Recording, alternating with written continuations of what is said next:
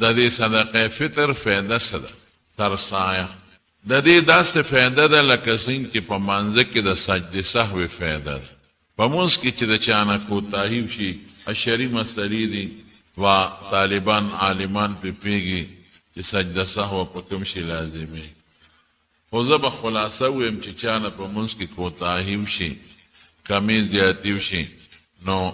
سجده سهو کی د مانځه په آخر کې 2 سجدې وکړي،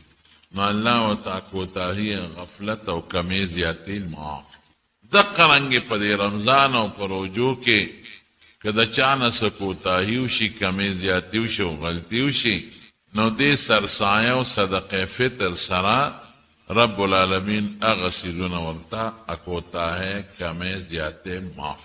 منځ کې سجده سهو شو، منځ پوره شو، کامل شو او الله ته به ورسېږي. دقه رنګې چې فطرانه یا صدقه فطر یا سرسایه چې ورته وي دا څوک ورکړي، نو دا روجې د روجې میاشت او دا روجې کاملې شوې او پوره کاملې به الله ته ورسي او خدای پاک به قبول کړي. یو فایده دا شو. دویمه فایده څه ده؟ دویم دا ده چې دا روجې زمونږ د الله نه امید لرو چې د الله قبول کړي. عرب ورته رجاء القبولیت وایي. دا زمونږ د خدای نه امید دی چې مونږ له به الله پاک دا روجې قبول کړي وي. ښه، دا امید به ساتو. یاره به هم کو 2 څیزونه دي، رجا او خوف. د الله نه به امید هم ساتو، یریږو به هم هسې نه قبولي نه شي. نو زمونږ به امید د قبولیت. نو په دې صدقه فطر کې رب العالمین هغه د قبولیت امید زیاتی. امید به زیاد شي چې که خیر انشاءالله دا به خدای پاک قبولی. دریم څه دی؟ دریم روجه بدنی عبادت دی او صدقه فطر مالی عبادت دی. نو دواړه به یو ځای شي، نو الله به خوشحاله شي. څلورمه فایده څه ده؟ طعمة للمساکین، مسکینانو، فقیرانو، غریبانانو ته به هم فایده ورسېږي. د صدقه فطر په وجه د یو کور نه ډېرې پیسې وځي او بل غریبانان او مسکینان هغې ته میلو شي، نو چې ستا بچي د اختر خوشحالی کوي، نو د مسکین فقیر بچي به هم خوشحالی وکړي. که ستا ماشوم سره پیسې دي او بازار ته دکان ته منډې وایي، نو چې ته صدقه فطر مسکین فقیر نه ورکې کونډې نه، نو د هغې بچي به هم بازار ته لاړ شي، ځان له به ټاپیانې والي او د خوشحالۍ څیزونه به وایي. که ستا بچي بازار ته ځي، نو چې یتیم مسکین له دې ورکه، نو د هغه بچي به هم بازار ته لاړ شي، خوشحالي به وکړي. او که ډېرې والا جمع شوې، نو چې څنګه ستا بچي په دې خوشحالۍ کې چې نوې جامې چولي، نو د هغې غریب فقیر مسکین بچي به هم نوې جامې واچوي، خوشحاله به شي. او څنګه چې سهار وختي ستا بچي پراټه خوري او پې خوشحاله، نو د غریب مسکین بچي به هم پراټه وخوري، اب هم خوشحاله شي، الله به خوشحاله شي. دا د صدقه فطر فایدې شي. بل حدیث درته ویم د عبدالله ابن عباس رضی الله تعالی عنه، عن ابن عباس رضی الله عنه عن النبی صلی الله علیه وسلم. دا حدیث په ابو داود شریف کړي. ابن عباس د رسول الله صلی الله علیه وسلم نه نقل کړي. حضور پاک مبارک فرمائی، ابن عباس سوئی فرض رسول اللہ صلی اللہ علیہ وسلم زکاة الفطر. وی پیغمبر علیہ السلام دا رکوٹ اختر دا اغی زکاة لازم کرده. گوره سرسائیں تے زکاة ویلی. زکاة دیر معنی دی زمان طالبان پی پویگی. یو معنی پاکوانے دی. هدف لها من تزکا و ذکر اسم ربه فصلا. دی سرا در وجود آمیاش دا پاکش سترش و صفاش او خپل توفا اللہ تا ورسید. سوک چالا جامع اڑی او دکاندار نے نوے والی او داغ ماغ پی رشتیا ہوئے اگا چالا توفا کی اڑی شی نا انشی اڑی شی او چی صفا ستر پاکی داغ پی ذریو منزی سری کی یا داغ تلر شی نو آغا خلق توفا کی دے گی. نو چی منگ روجی او تراوی و عبادتون اللہ تا لیگو، نو چی منگ دا صفا ستر اللہ تا لیگو. ماشاءاللہ ان اللہ طیبن، اللہ پاک دیر سترہ و پاک ذات تے، پاک سیدی ستره شي خوښ. نو زکات الفطر دې سره روجې پاکې شوې، دې سره روجې او د روجې عبادتونه ستره شو، الله ته به ورسېږي. نمبر 1 د زکات زمونږ طالبان بله معنا کوي زیاتوالی، دې سره د روجو عبادت نورم زیات شو، طاقت زیات شو. نو رسول الله مبارک فرض زکات الفطر طهرة للصائم من اللغو والرفث. پیغمبر مبارک فرمائیں دا دا روجدار نکه په دې روجه کې څه لغوه عبثیات شوي یا څه داسې نور اعمال د ګناه دي شوي، هغه به پې پاک شي. وره پیغمبر مبارک فرمائیں طهرة للصائم من اللغو والرفث، که دنه عبث لغوه څه شوي روجه کې لډو مډو خو تاسو ټول کړ دا لغوه شو کنه لډو مډو دا الکانو ته او فیسبوک او نیټ خو به تقریبا ماشاءالله یو بشیر جان نظر نه لګي، یعنی د سره به دوه غټې موبایلې وي، دا خو به ټولو کړي. او که چا داسې نور غلطۍ د ګناه کارونه کړي، پیغمبر مبارک فرمایي دا سرسایه د هغې پاکوالی شي. او بل څه شی نه وطعمة للمساکین، او د مسکینانو دپاره ما راته وختي وي نوړی شو. من اداها قبل صلاة الفجر وهي زکات مقبولة، چا چې دا سحر د اختر د مانځه نه مخکې ورکې نو دا سرسایه چې پیغمبر مبارک ورته زکات ویلي مقبول شوی. چا که د اختر د مانځه نه مخکې ورکړي مقبول شو. ومن اداها بعد صلاة العید، او که چا د مانځه نه پس ورکړي من اداها بعد الصلاة وهي صدقة من الصدقات، یو صدقه شوه غاړه یې په خلاصه شوه خو هغه ثواب یې نه کېږي. حضرت عثمان رضی الله تعالی عنه دا صدقه فطر یې هېر شوي، نو د اختر د مانځه نه پسې بیا یو مریی ذات خو ثقیلېرو که نه، او زمونږ دا پښتانه مو ورته عثمان غني وایي ډېر سخي. نو مریی خو ډېر قیمتي هغه یې پکې ذات که. نو رسول الله صلی الله علیه وسلم لراغې وی د الله رسوله ما نه خو دا سرسایه یېره شوې وه، نو د اختر د مانځه نه پس مې یو مریی ذات که. حضور پاک وفرمایل عثمانه که 100 مرییان هم ذات کې، خو د اختر د مانځه نه مخکې چې کوم ثواب و هغه پرې نشي ګټلی، غاړه به دې پرې خلاصه شي، بېشکه غاړه خلاصه شوه خو هغه ثواب نشي ګټلی. وخت یې څه دی زمونږ د امام ابو حنیفه رحمت الله علیه پنځ په ټوله روجه کې هم که څوک سرسایه ورکوي ورکولی شي، ټوله روجه اخیری لاسو شپو کې ورکوي ورکولی شي. خو بهتر ګورې د امامانو اختلاف پکې شته، خو بهترین وخت یې څه دی هغه سار چې د اختر د ورځې سبا راوخیږي، په دقه ورځ د اختر د مانځه نه د سار مونځ نه د اختر د مانځه نه مخکې دی ټیم بهترین. د اختر په ورځ چې د سبا راوخیږي پېشمني بانک چې د سبا ویلی شي، دا په دقه ورځ د اختر د مانځه نه مخکې دی بهترین دی. عثمان څومره سخي مریی ده، عثمان خو مونږ ورته غني وایو، عثمان غني. یو ځل یو سړی راغی، یو سړی د شام نه مدینې منورې، حضرت ابوبکر صدیق رضی الله عنه بادشاه خلیفه نیغ لال حضرت ابوبکر صدیق صاحب لا اخو عام د انسانانو غوندې ژوند به یې تېرو. نو دروازې وواله، دروازې خشته وه ښکلې وه. نو حضرت ابوبکر صدیق رضی الله عنه والا راووت، نو دا میلمه ورته وي د شامیم د شام نه راغلی، نو هغه کور ته بوت. چې کور ته یې بوته نو خپل بیټک کې یو کټ پروت و چې هغه هم د کجورو په بونو بړېدلی و، د کجورو د پاڼو نه بون جوړېږي، او هغې کې مغه بون شلېدلی و. اوس هم که ستاسو خیالي نو بعضې کټې بون شلېدلي لاندې ته هغه بون ځوړند دي،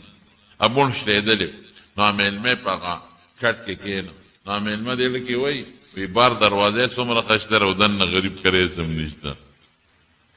میلمه ورته څه وایي وی دا نبی علیه السلام خلیفې ته ابوبکر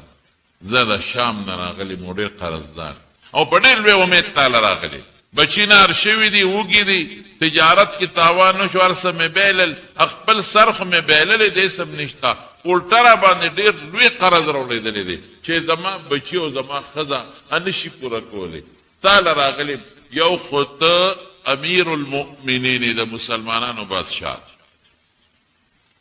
خلیفه او امیر المؤمنین د مسلمانانو او بل امیره مې مالداره مې دوه امیره یو د مسلمانانو بادشاه یو امیره مې نو ما سره لږ مدد وکړه بچي نار اوږې نهور دي او قرضداران مې تنګۍ د خلاصوالي درک نشته چې قرضه خلاص کړي حضرت ابوبکر صدیق رضی الله عنه ورته وی لار درته ښیم وی لار شه حضرت عثمان له هغه ته به د خپل الوی چې زه قرضدار یم او مسلمان یم هغه دې مدد وکړي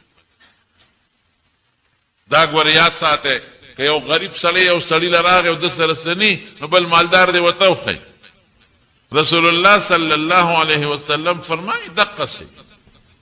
یو صحابي راغی او غریب نار نهور وکړو بل ملګري ورته ورشه فلان کي له هغه به صدقه درکړي چې هغه له لاړه هغه صدقه ورکړه نو رسول الله مبارک په ډېر زیات خوشحاله شوي دقه چل بله سره نی نو بل للې خو شرمول به هم نه که نه شرمول هم ګناه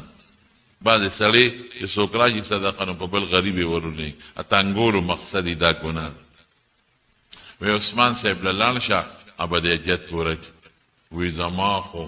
بادشاه سلامت ډېر لوی قرض دی ته تا پسې راغلې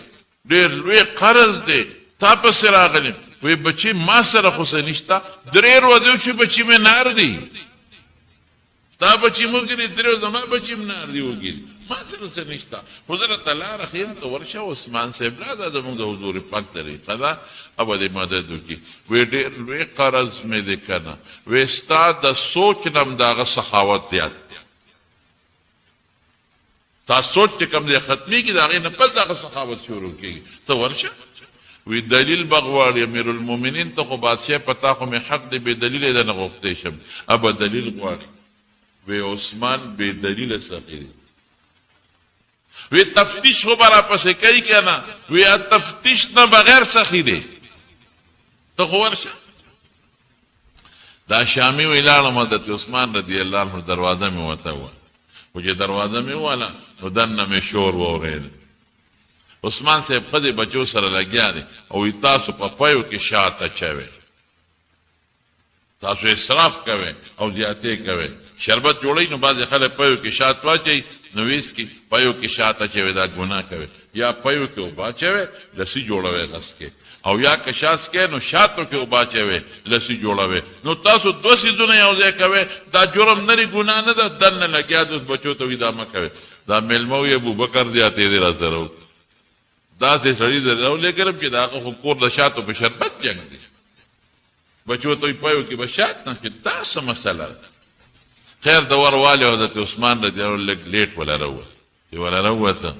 وی میلمه څنګه راغلی یاره وی یو مقصد له راغلی م چې وویم که نه وی وایه وی زه شام نه راغلی مسلمان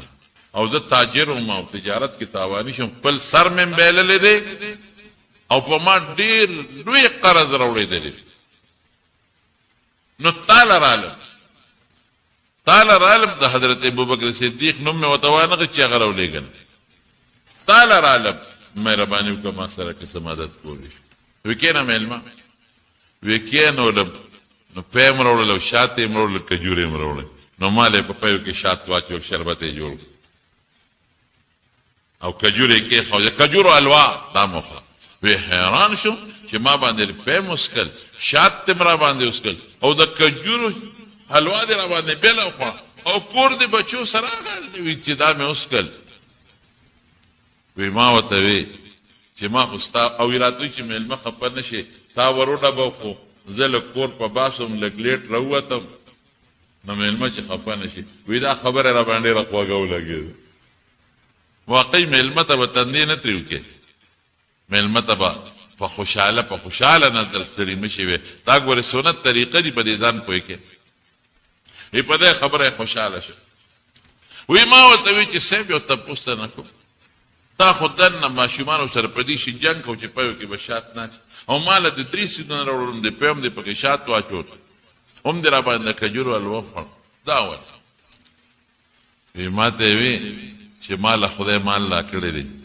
دولت خدای را کړی دی نو دا یې تاونه مې شربت ته پی وسکه او کجورې خو دا مال دولت مال خدای دې له نه دی را کړی چې زما بچي دې پیشوی شرط کوي دی له نه دی زما بچي به ګزاره کوي دی له نه دی چې زما بچي دې پیشوی شرط وکړي دی له دی چې زه پې د مسکین فقیر مدد وکړم د شام نه راغلی چې ستا مدد وکړم وی بس پوه شم چې مسله خو که خیر یې سمېږي څنګه راغلی میلمه دقسې مال مې هر څه بایللي دي قرضدارې شوي راغلی یم که د خدای په نوم څه مدد دې وکړم وی غلام ته یې اواز وکړه لکه راشه ورشه هلته اوښ تړلی دی په هغې خوراک سامان جامې مامې هغې پوی که پټه او د ناستې اوښ ډک د سامان راکړه ما ته وی دا ونیسه زک ورکړه دی که جامې هم دي دی که د خوراک سامان هم دی دی که هر څه دي وی مې چې صاحب زه چې سره راغلم هغه غواړم ما باندې 3000 اشرفی قرض دی دا خو مې د بچو خوراک شو 3000 اشرفی را باندې قرض دی دا هغې نه راغلم وی راته وایي چې بچې په دې اوښ کې مې خزانه درته ښودله 6000 پکې پرتې دي 3000 دې قرض شو او دا یې د بچو خوراک سامان شو وګېدي او 3000 باندې له خپل تجارت شروع کا اوهو وی مې چې کاکاجي دا اوښ وی اوښ ته پیاده راغلی په دې به سور شام ته لاړ شي مې دا اوښ بدله بیا څوک راولي چې شام ته دا سامان په اوښ یو څه اوښ بدله څوک راولي وی بچي اوښ هم ستا ډېر خوشحاله دې ته غني وایي دې ته سخي وایي سخا دې ته موږ هم سخا کوي های های هلکه چې به تورس کې که شنې سخي له چې ورشه کور ته تورې بس کې که شنې بس مړه دې ته زه په پښتنو کې ټیزن ست ویل دا ټیزن ست تورې بس کې که شنه اوسه ست دی شنه پکې چا راوستی شنه خو خلک سیخو ډوډۍ پسې ډوډۍ راوړه زموږ شیخ صاحب شهید رحمت الله علیه هغه وی یو سړي د چاوي تورې بس کې که شنې هغې اول به تورې وسکو بیا به ورپسې ډوډۍ وخورو بیا به ورپسې شنې وسکو د دې جواب دقه دی تورس کې کشنې د دې مطلب دا زمونږ ساخان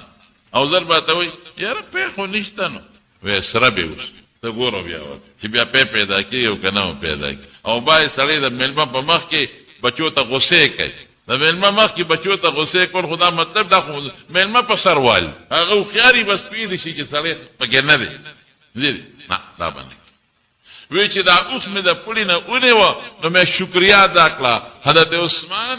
شکر ستا د شکریا ادا کوم شکرا لک ستا شکریا ادا کوم وی ما ته وی زما شکریا ما ادا کوه د حضرت ابوبکر شکریا ادا کوه وی ما ورته هغه نو یاد کړي زما شکریا ما ادا کوه د حضرت ابوبکر شکریا ادا کا چې زما هم د ثواب موقع پیدا کړه او طالب د ثواب موقع پیدا کړه وی مې چې ته څه خبرې چې د ابوبکر را لېږلې وی نورو خبرو کې ګوتې مه وه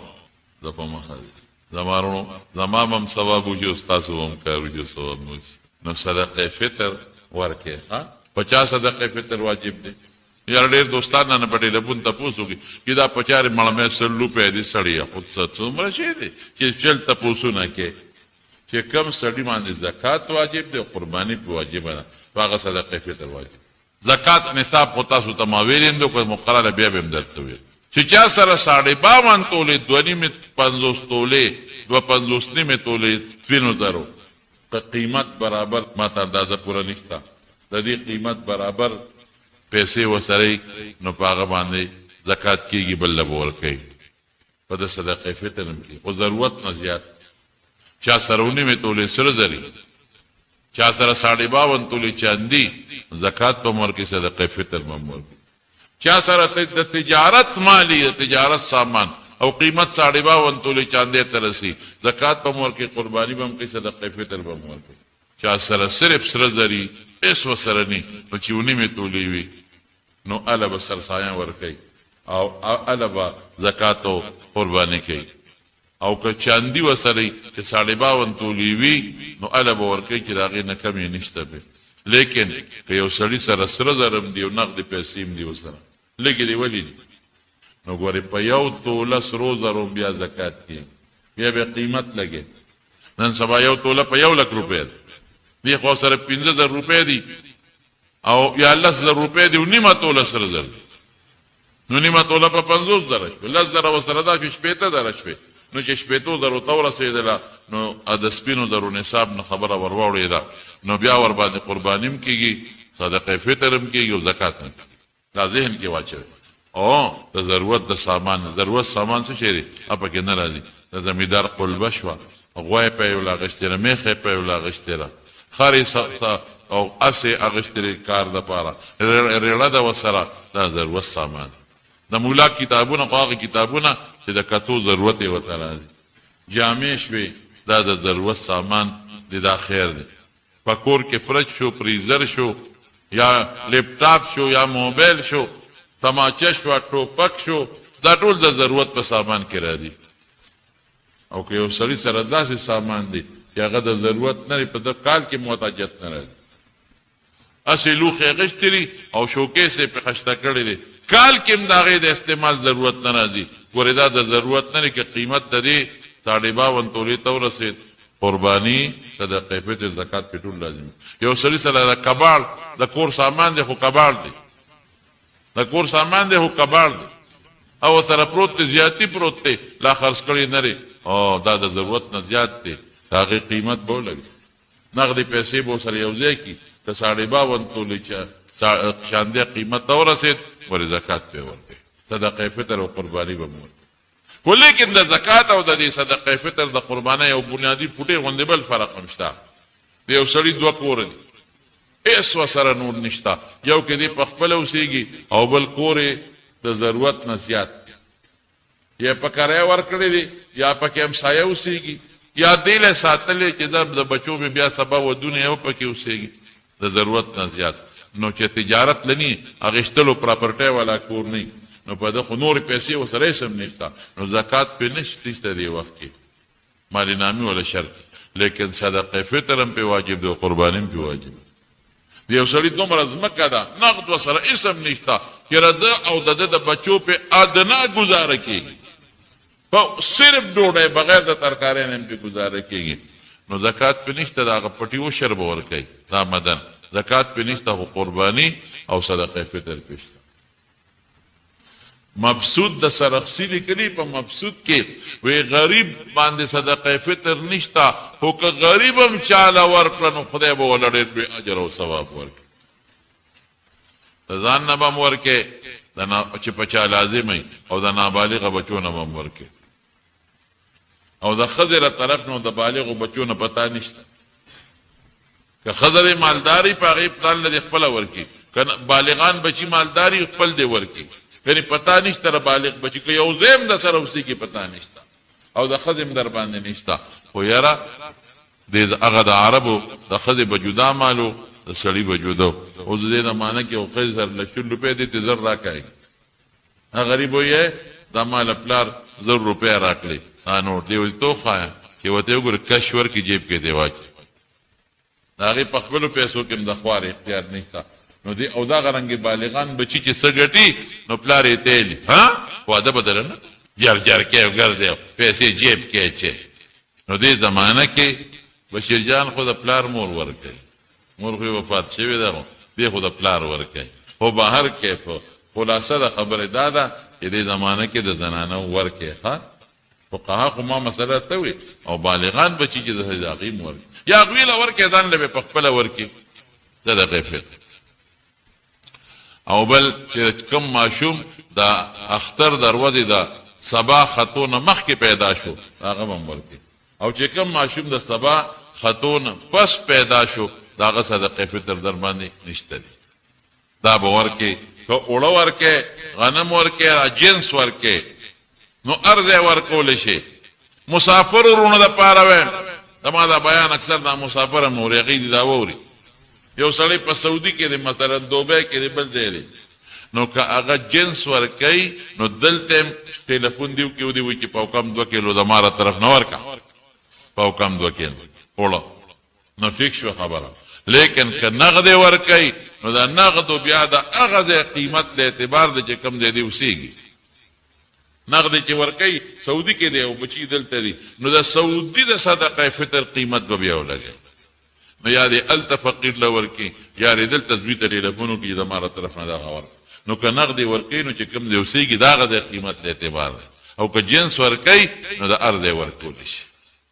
نو انشاءالله دا صدقه فطر دې کې کوتاهي مه کوئ دا د غریبانانو مسکینانو فقیرانو له ورکوئ ښه او بهتر ټیم مې هم درته وښو او دې کې هېڅ قسمه در نه پکې څه زیاتې کمې در نه ونه شي بهر کې په یو خبره دا بله درته کوم ډېره ضروري عموما خلک د اختر میاشتې ښکاره شي که نه ډزې شروع ټوپک راوالي تماچه راوالي بس هغه زنګ شوي ټوپکې هغه ډز مز نه کوي که اکثر توقه ورته ونیسي بیا ته یې نه راوړي کړپه کړوپه نو دی دا اختر پر ورځ ټوپک په دغه ټیسټ کوي دا سخته ګناه ده او جرم سخته ګناه رسول الله صلی الله علیه وسلم فرمایي نهى رسول الله صلی الله علیه وسلم حضرت عقبه رضی الله عنه فرمایي عن الخسف پخوا به د خلکو دا چل کو زمونږ په ماشومانو هم د وړو به دا شیطانې کو په دې مټه ګوته به یې کاڼه کېښوده دا مسواکې به ورته راماته کړو داسې یو ټس به یې ورکړ داسې چې څوک به یې پرې ویشتل نو دا په عربو کې رواج و نو دې ته خذف وایي نو نبي علیه السلام د دې نه منع کړي بلکل وی دا خو تا د دشمن نه زخمي کوي انه لا ينكأ لك العدو و دشمن خو نه زکوي وقد تکسر السن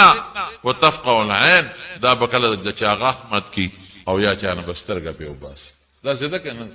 نو ګناه نو د صحابي او سړي دا چل کو نو ده ورته دا مه کوه نو دوباره بیا ولیدو وی قسم دی که تر مرګه پورې مې سره خبرې وکړې زه راته ویم حضور پاک دې منع کړی او ته بیا دا کار کوې نو ګوره هغه پوټینې نقصان دی کیدی شي سترګه غوږ پې هم نه لګي او سترګه او غاښ پې هم نه لګي او پیغمبر مبارک ته منع کړې ده نو چې ته هوایي ډزې کې او هوایي پیر کې او دا ګولۍ ورله د انسان څونه خلک دې مړه دی وایه ما ته پته د دنیا خلک د یوې ګولو نه مړه دی د چا په سر به ولګي د چا په خېټه به ولګي په څاروي به ولګي نو دا به لوی نقصان کوکب بشیر جان والله که دې ته خطا کېږي په ذکر راپرېوته خدای دې ته ساتي او دې خو نه خطا کېږي نو دا ګوره ډېر لوی جرم دی ګناه اسراف او تبذیر دی رسول الله مبارک فرمایي چې څوک تبذیر کوي ان المبذرین كانوا اخوان الشیاطین وکان الشیطان لربه کفورا د اسراف والا د شیطان رونه دی شیطان ناشکری کې پیسې بے ځایه لګې نو دا اوی فایرنګ به بالکل نه کوي که خیر انشاءالله ها د اختر په شپه خلک کوي څه ضرورت دی او بعضې وخت میاشت چا نیلي دی او خلک ډزې شروع کړي نو د خلکو په اړه کې شکونه او شبهې پیدا کړي دا ګولۍ ده په چا به ولګي که د بل هغه ستا په زوی ولګي څه به وي نو ته ولې فایر کې په بل مسلمان څوک به بوساړې تړي غریبانان څوک به ترېشرې کوي څوک د شپې اکثر ګرمي وي د ورځې لونه به کوي څوک به بار ګرځي زنانه او بار ګرځي په چا به پروزي نقصان نو هوایي فایرنګ دا به قطعا نه کوې که خیر انشاءالله سخته منه دا ما چې کوم حدیث وي د هغې نه دلالت النص سره معلومېږي هوایي فایرنګ ممنوع دی زمونږ یو دوست و خدای پاک ته څه وخت یې وفات شوی جان محمد اجیب صاحب دا ډېر ټوقي خوشته به هغه وی دا ډول او سورناک ګناه ده نو په ودونو کې خلک ډزې کوي وی هغه ډول او سورنا ته ښه ده وي په هغه وخت سره خو به د زړه لږ خوشحاله کېږي ګناه خو هم ده دام ده خوله خو به دې خوشحاله شي او پوټې غوندې نو دا خو په هغه وخت سره هم خلک په غوږ کې ګوتې ومنډي او هغه اصحاب بیني وایي د دې بین له بارودو نه ګورې کینسر جوړېږي نو دا ښه شی نه دی دې نه مکمل اجتناب کوئ دا ګناه کار او بل د اختر منزله چې دی که خیري په دغه ورځ یو څو څیزونه سنت دي اجبالي ده ته ویل یو د اختر پر سهار وختي پاسېدل سنت نمبر 1 بل نوې جامې که نوې نی نو پاکې جامې وینځلې جامې دا سنت دی نوې جامې دریم خوشبو لګول سنت خوشبو به لګول څلورم د خوشحالۍ اظهار کول او یو بل ته مبارکباد ویل دا سنت دی او پینځم دا راکوټ اختر د مانځه نه مخکې خوراک کول دا سنت دی د لوی اختر به د مانځه نه پس خوراک کې د قربانۍ په غوښه بیا سنت دی او دا د اختر د مانځه نه مخکې او حضور پاک فرمایي کجوري بیا ډېر بهتر 3 کجوري وتر حدیث کوي وتر ناتکې به خورئ یا یوه یا 3 یا 15 سعودي کې څه کال خو حرمین بند دي که نه یا سعودي کې چې د اختر مانځه سار مونځو چې خلک د اختر مانځه ته ناست دي زینا اختر مانځه پورې ناست دي نو دا سعودي دا ماشومان واړه ني دوی د کجورو ډبې راوړي په دې هغې ګرځئ په دې خلکو یې ګرځي چا د ټاپیانو ډبې وروړي په دې خلکو یې ګرځي نو چې دوه والي وي نه وتر یو بل هم واله درې والي